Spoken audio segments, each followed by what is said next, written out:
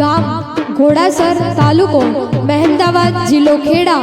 તારીખ 10 ફેબ્રુઆરી 2025 ને સોમવારના રોજ મા આશાપુરા માતાજીનો દ્વિતીય પાટોત્સવ હોય અને મા આશાપુરાને યાદ કરતા ગાવું હોય ત્યારે